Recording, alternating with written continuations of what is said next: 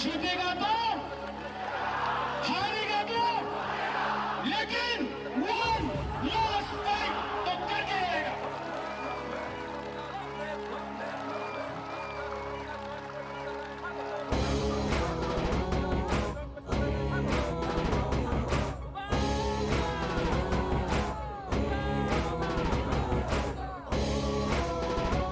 Ini joining Supremo Ken. Bila sekarang, bawa ang kawana sini West Lambu. Area wo bro.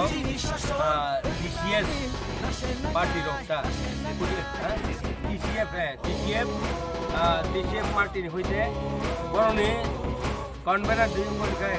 Federal convener ni kai kapot kai. DCS ni. Okay. Dabu or kini orang. Itu dia baru family, contoh family total, contoh family, borok jengbai, ini coba abu tang naik, borok ni kabai kubai, borok ni shop kaya, orang mau jengbai komplika, contoh family total yang birasi juta, dia mau finance box, pintu Komalpura emang next meeting, borok kafi tunjukkan. Komalpura borok ke BJP meeting kaiba bai gobang borok kaimalia je faina hi kau gitu mari asuk borok sokmalia bore bagai ang jara bong kaimana no khabai kubai ebong kiri pramotan ni ebong maharaj ni borok no yasat thoko ebong kiri jot borok no khabai yasat ni ambai আমি দেখলাম যে ত্রিপুরায় যে আমি বামফ্রন্ট থেকে আমার রাজনৈতিক জীবনটা শুরু করেছি। দীর্ঘ 27 বছর গণসংগঠন থেকে পার্টি করেছি। করার পরে হঠাৎ করে আমার এক বন্ধু আমাকে অজয় চৌধুরী, ওনার নাম, উনি আজকে নেই, তৃণমূল কংগ্রেসের, আমাকে নিয়ে এসেছিল। সেই তৃণমূল কংগ্রেসে নিয়ে আসার পর থেকে আজকে 14 বছর ধরে আমি তৃণমূল কংগ্রেস করছি।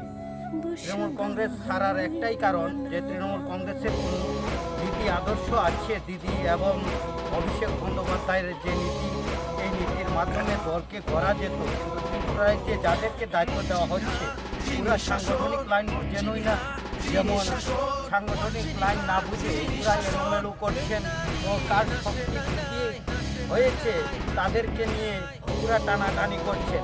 সংগঠনের সিনিয়র ব্যক্তিত্ব এবং নবীন ব্যক্তিত্ব, ওদের কোনো পরিচয় নেই, সংগঠন সম্বন্ধে কোনো কিছুই ওরা জানেন না। পশ্চিমবঙ্গ থেকে অনেক নেতৃত্ব ত্রিপুরা রাজ্যে আছেন, তাদের মধ্যে কোনো সাংগঠনিক রূপের কথা বললেও তারা আমাদেরকে পাত্তা দিচ্ছেন না। তাই আমি গত 18 নির্বাচনে ক্যান্ডিডেট ছিলাম, তৃণমূল কংগ্রেসের এই কমলপুর কেন্দ্রের ক্যান্ডিডেট ছিলাম এবং রাজ্য কমিটির ভাইস প্রেসিডেন্ট ছিলাম পার্টির। তারপরে এখান থেকে কোনো সংগঠনের সুবিধার্থে আমাকে ডিস্ট্রিক্ট প্রেসিডেন্ট করেছিল এই কমলপুরে, তারপর আবার প্রেসিডেন্ট করেছে